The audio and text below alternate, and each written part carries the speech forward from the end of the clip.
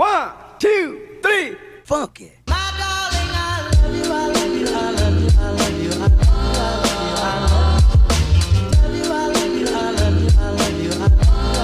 Storytimes. So when I was younger, there used to be this group of girls in our school, and we used to call them the Diva girls. And every single day, the Diva girls would do something very, very mysterious in the washroom that no one ever knew. It was top secret. No one except all the members knew what they were doing.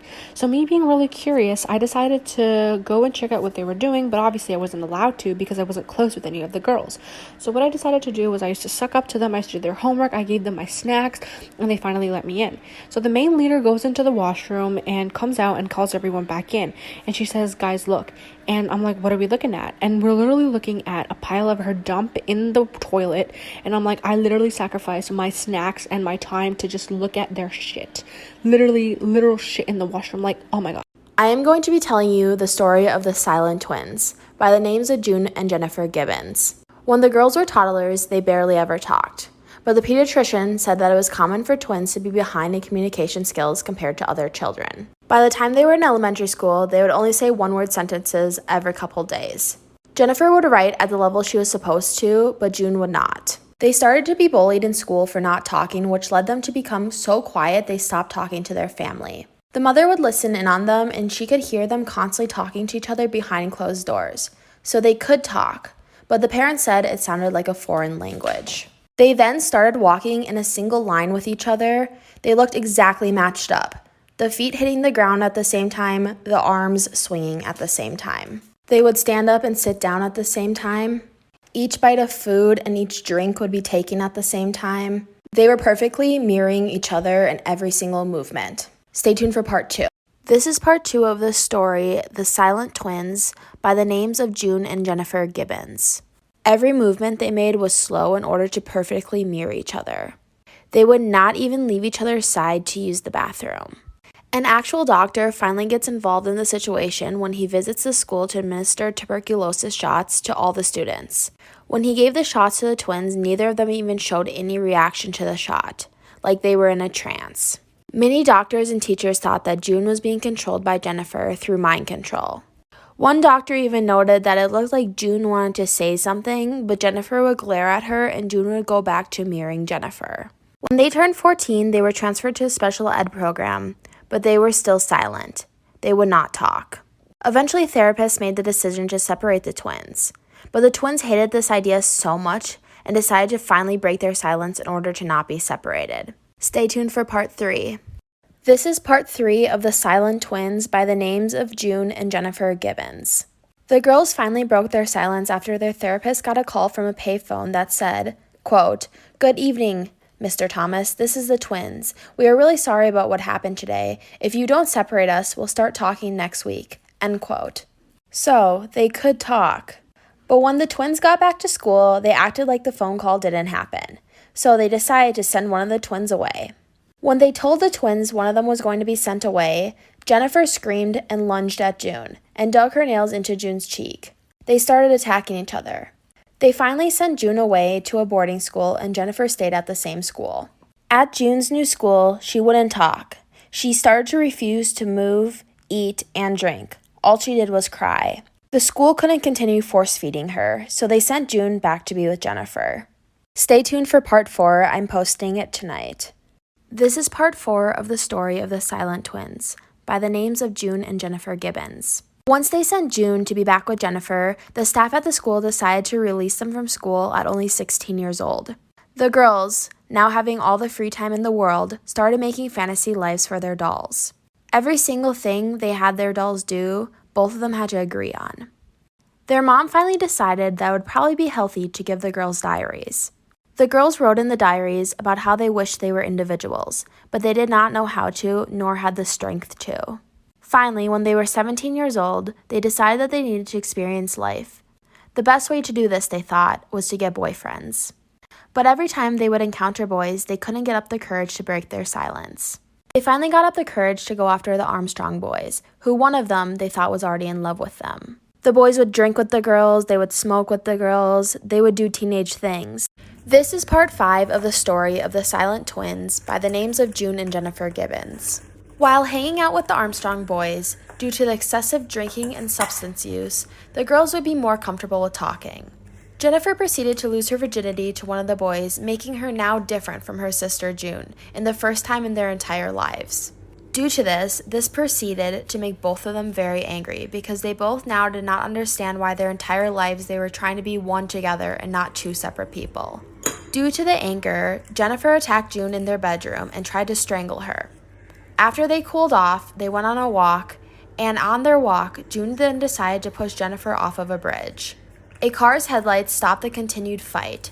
That's when they realized things would never go back to how they were. The girls started to go down from there. They started breaking into places, stealing, committing vandalism. They would even report their own crimes to the police in an American accent. Stay tuned for part 6. This is part 6 of the story of the silent twins by the names of June and Jennifer Gibbons. The police kind of just ignored their continued crimes because they weren't severe enough for the police investigation. The girls then started to get more comfortable with committing crimes, and one night they decided to light the local tennis courts on fire. The next night, they burned down a tractor store. And the next night, police caught the girls while they were about to light down another place. The girls were then sent to prison without bail. This is when the girls became completely silent again and started synchronizing their movements again. Their feet moving at the same time, their hands moving at the same time, them sitting down and laying down at the same time, eating at the same time, and drinking at the same time. They also started a starvation pact. One could eat one day, and the other would eat the next day. They were soon sent to the hospital, and the therapist thought it was best to separate the girls once again. This was not healthy for either of the girls. Stay tuned for part 7. This is part 7 of the story of the silent twins by the names of June and Jennifer Gibbons. Due to the girls starting a starvation pact in prison, they decided it was best to send them to the hospital and separate them. The hospital was taking note of their synchronized movements. If one was eating, so was the other. If one was sleeping, so was the other. If one was reading, so was the other. 7 months later, they were on trial for their arson. They were then convicted of 16 felonies. After their trial, the prison sent them to a psychiatrist where they were then diagnosed with psychopathic personality disorder. The psychiatrist thought it would be best for them to be sent to a psych ward for the criminally insane instead of the prison for the rest of their lives. When the girls were together at the psych ward, they would try to kill each other, but when they were apart, they were so lonely that they wanted to die. June even tried to commit suicide. To that day, still nobody knew why they were silent and why they would copy each other's movements until this girl, Mary Wallace, got involved. Stay tuned for part 8, which is the last part. This is part 8 of the story of the silent twins by the names of June and Jennifer Gibbons. To that day, nobody knew why the twins were silent until a girl named Mary Wallace got involved. She was given access to the girls' diaries, and after reading the diaries, she knew that June and Jennifer did not belong in the psych ward for the criminally insane. Wallace believes that the girls only committed the crimes because it was a cry for help. And the silence the twins possessed was from extreme identity blending. Wallace could also tell that Jennifer was the leader of the two. After being in the psych ward for the criminally insane for 12 years, they finally got a hearing for their release. The twins told Wallace that if they were able to get released, that one of them would die. It was a death pact. The twins were released from the psych ward in 1993. On the way home, Jennifer laid her head on June to sleep. When the bus got to their stop, Jennifer would not wake up. She was pronounced dead the next morning at the hospital. The death pact was fulfilled just like they said. June now lives a normal life going by the name of Allison. Let's talk about my homeroom teacher while I make cookies. Let's just call him Mr. Hagatha. Mr. Hagatha decided the moment I stepped into his classroom that he had major beef with me. I was the only kid in his class that wasn't failing all my classes, so he didn't like that apparently. It all starts with the seating chart. You probably don't know this about me, but I have crap vision, and I used to get bullied a lot for wearing my glasses, so I never wore them. So Mr. Hagatha knew this and decided to place me in the very back. Whenever he wrote stuff on the board, I would ask the person next to me to read the question, and he would yell at me for talking. I would then ask him if he could read it to me, but he responded saying, "You're being disruptive, figure it out." We also would have this period at the end of the day where we would catch up on work. Since I was all caught up, every kid in his class asked me to tutor them since he didn't. I agreed, but every time I helped someone, he would scream at me saying that he would give me detention for talking, even though he knew I was tutoring kids. On the other hand, these two girls would literally sit in the back of the classroom on their phones visibly, but when I told him this, he said that I needed to work quietly like them. Part 2 posted now. Also, he only called me by my nickname, which he knew I hated, and I asked him to stop repeatedly. Part 2 to drama with Mr. Hagatha. So one day, a kid threw a piece of paper at my head, and I threw it back because I didn't know what to do with it, and Mr. Hagatha saw this and made me sweep the entire floor after class, even after I explained that he threw it first. That same day, me and my friends were skipping down the hallway, and he only pulled me aside specifically and told me that I was getting detention for being distracting. I burst out into tears because I've never gotten detention, and after crying for 10 minutes, he finally said he would give me another chance. The last thing I'm going to talk about is when those girls who sat on the back of their classroom on their phones started bullying me. They called me a bloody tampon, whatever the heck that means, and I yelled at them because Mama raised me right. When he heard me yell, he straight up screamed at me when I told him what they were saying. He said I was lying. When I got home, my mom emailed him, and his response was, "Sorry, she tends to lie a lot." Like, sir, do I look like Pinocchio? Well, anyways, comment if you want more of these videos. I started dating this guy last February, and for Easter he invited me to his family's house, and I really wanted to make a good impression. He was like, "Don't worry, they'll love you. The only thing is that my mom is obsessed with her dog, so make sure you're nice to him." I'm like, of course I'm gonna be nice to her dog. I love dogs. So we get to his house, and the first thing we see is this loud yapping chihuahua running towards us. It's like missing patches of hair and has this really bad underbite, but I was like, oh, what a cutie. Mom's like, "Isn't he so cute? That's Peter. Who names a dog Peter?" So we go to the kitchen, and then all of a sudden Peter starts vigorously humping my leg. His little pink wiener comes out. The mom's like, "Oh, he does that." He keeps coming back and humping it. So I go to the bathroom, and in my purse I have this little lavender perfume oil that I rub all over my legs, hoping that Peter won't like the smell of lavender. I go back out, we sit down for dinner. Peter goes under the table and starts licking my legs for the entire dinner. So finally we go home, but then his mom calls the next day, and she's crying because she had to take Peter to the vet because he was throwing up all night. I felt so bad. That dog ingested way too much lavender oil, and it's definitely my fault, but I don't say anything. Peter ended up being fine. He fully recovered. I never went back to his house because I was avoiding Peter, tiny, horny chihuahua. This is why waking up late might just save your life. One day when I was in elementary school, my mom and I both overslept, which meant I wouldn't be ready in time to get on the bus. School started at 8, my bus pickup time was at 7, and it was already 6:40 or something. I was still in my PJs and hadn't even had breakfast yet. My mom decided that today we would just tell the bus driver to go on ahead and she would take me to school, which would give me plenty of time to get ready. It's 6:50, I'm in my PJs eating breakfast, and that's when we hear the bus pull up 10 minutes earlier than scheduled. My mom peeks her head out of the door into the foggy morning and waves the bus on. She closed the door and came back inside, but the bus didn't pull away. There's a knock at the door, and my mom opens it to find a man in a bus driver uniform. He explains he's a substitute bus driver because the regular driver called in sick, and that he's early because he wanted to get an early start on the route. My mom says she's taking me to school because we woke up late. He gets visibly upset and says he can wait a few minutes since he's already ahead of schedule. My mom says that we won't be ready in a few minutes and tells him to go on ahead. He seemed really angry about this, but turned around, got back on the bus, and left. But at 7 a.m., another bus pulls up to my house. My mom went out to talk to them and came back looking terrified. I grew up in a very warm and loving environment, but from what I was told, I was lucky. My sister and I had 2 drug addict parents who never took care of us. When my mom was pregnant with me, she smoked and got drunk pretty often, and when I was born, my sister was the only one who took care of me. When I was 2 months old, they left us both in a mall and left, and we never saw them again. An old couple found us and contacted the police and eventually decided to adopt us. Today I'm 19 and my sister is 34. We're really close, but I still live with my adopted family and she lives about 20 minutes away. So a couple of months ago, a friend and I took a DNA test, and that's how I found out I have an aunt in the system. I immediately reached out to her and we agreed to meet in person, all without telling my sister a thing.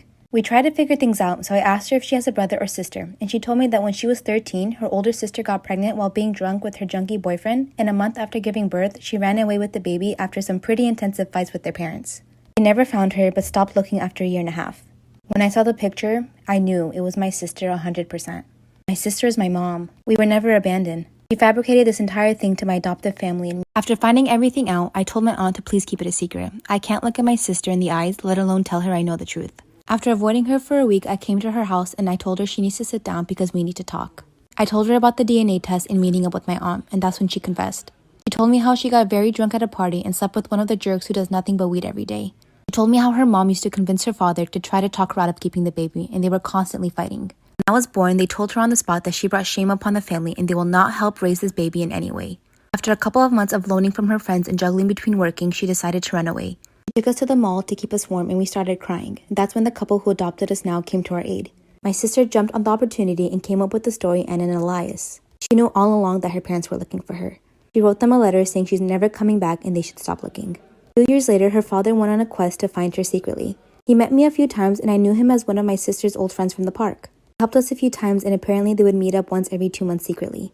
I'm glad I got to know him at least before he passed away. Storytime. I was kidnapped by someone that I thought was a friend. So I was in desperate need of a girls trip, so I hit up my 3 friends that were outside of my state, Maggie, Sarah, and Amber. All fake names, obviously. I made plans and arrangements so that I could come visit them. Another friend of mine that knew them offered to drive me down. His name was Max. I was super thankful for this because my family didn't want me to drive there by myself. I made sure they had his and my number before I took off. But the second that I got into the car, I had a really weird gut feeling. My stomach started to turn, but I didn't listen to it. I kept messaging my friends how excited I was to see them the closer I got, but then they just stopped messaging me. They wouldn't answer my calls either, and Max pulled me over to a gas station saying that we're about 30 minutes away from our destination. So I thought. I needed a bathroom break, so I went inside the gas station, but that's when Max took me by the arm and walked in with me. He wouldn't let me leave his side even for a bathroom break, and that's when he took my cell phone away and I knew that I was in trouble. I still didn't say anything out of fear, but after we got back into the car, he gave me some juice and then I passed out. Stay tuned for part 2 and Storytime part 2. I was kidnapped by someone I thought was my friend. So after drinking whatever he gave me, I woke up after a few hours, and I was not with my girlfriends. I was 3 hours away from my home, and I didn't know this at the time, but I was at his house. My family knew that they hadn't heard from me in hours and started to get worried. They tried to get a hold of me, but obviously couldn't because I didn't have my cell phone. So they called Max. And I literally watched this man answer his phone and say that he didn't know me and doesn't know what they're talking about. Almost immediately after this happened, the cops called him. And I have no idea to this day what the cops said to him, but whatever they did, it worked. He helped bring me back to my house safely. And come to find out, Sarah, Amber, and Maggie were all in on it. They knew that he was obsessed with me and planned it so that I would spend the weekend with him instead of them. We pressed charges, but he really only got a slap on the wrist, but he's not allowed within 50 feet of me or to live in the same town or city as I am. Even though this happened when I was 18, it still haunts me at 28. Please speak up if you feel like something is wrong. Follow me on Instagram and DM me your story just like this one.